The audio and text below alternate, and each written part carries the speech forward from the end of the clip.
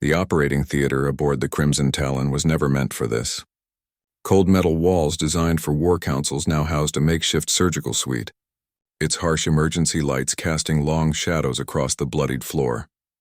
Dr. Elias Trent worked with steady hands despite the exhaustion that made his bones ache. Despite the 72 hours he'd gone without sleep. Despite the massive alien warrior looming behind him, whose very presence could snap his spine like kindling. Varkesh stood motionless, a creature of legend and nightmare. 8 feet of corded muscle and chitinous armor, claws that could tear through starship hulls and eyes that glowed like dying suns. The Vraxnar were known across 12 star systems as unstoppable engines of destruction, their war bands conquering worlds with systematic brutality. They did not feel pain. They did not show weakness. They certainly did not beg. Yet here was Varkesh, the Crimson Commander himself, begging with his silence. On the operating table lay something impossibly small, his cub, no larger than a human child, covered in downy fur that would one day harden into impenetrable armor.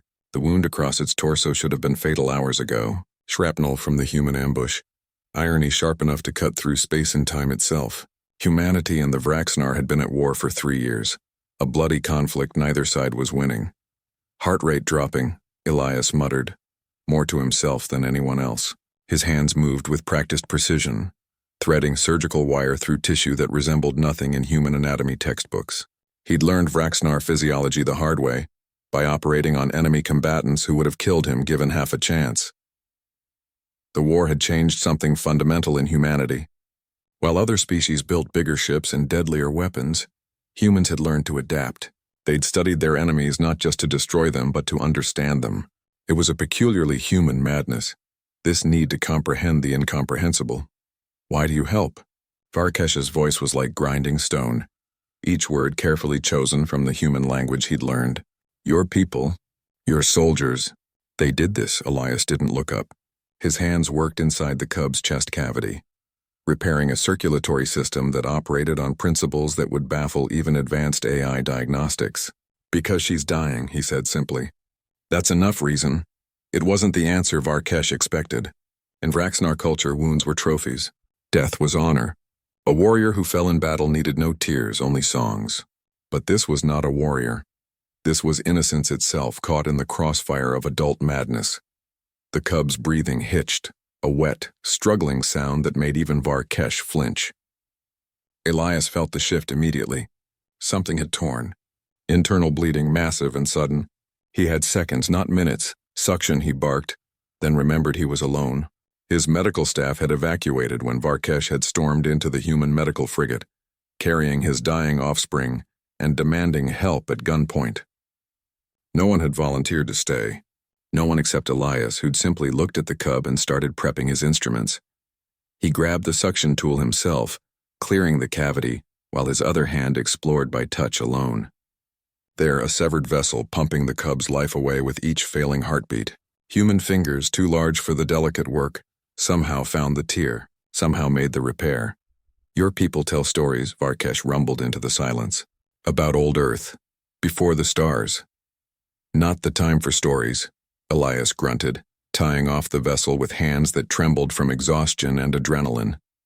They say humans were prey once, hunted by greater beasts. Is this true? Some of us still are, Elias said, allowing himself a bitter smile. We just got better at running. No. Varkesh leaned closer, his massive shadow engulfing the table. You got better at surviving, at outlasting, at refusing to die when death was certain. His glowing eyes fixed on the human medic's hands. Even now you do not stop. The cub should be dead. You should have fled. Yet here you remain, operating without pause. Elias carefully withdrew his hands, checking the surgical field.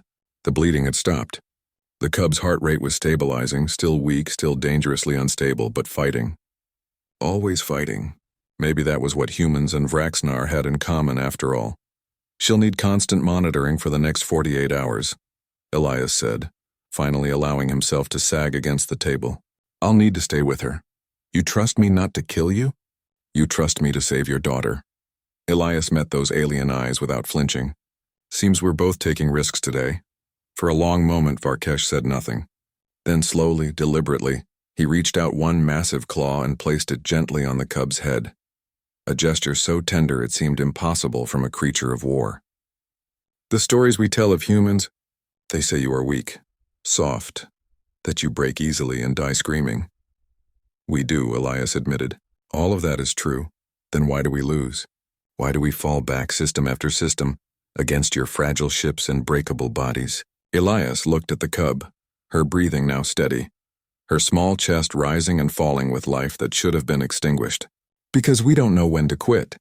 Because we'll crawl through fire and void and impossible odds for even the smallest chance of survival. Not just ours, anyone's. He finally looked up at Varkesh. Even our enemy's children. The Crimson commander was silent for a long time. Around them, the ship hummed with the sounds of war paused. Of two species locked in combat learning something neither had anticipated. The war will not end because of this, Varkesh finally said. No, Elias agreed, checking the cub's vitals again, but maybe something else begins. Outside the medical bay, human and Vraxnar forces waited in tense ceasefire, unsure what would emerge from this strange truce. Inside, a human medic worked without pause through the night, refusing to let death claim even the smallest victory, because that was what humans did. They survived. They persisted. They operated without pause even when all logic said to stop, and sometimes impossibly they won.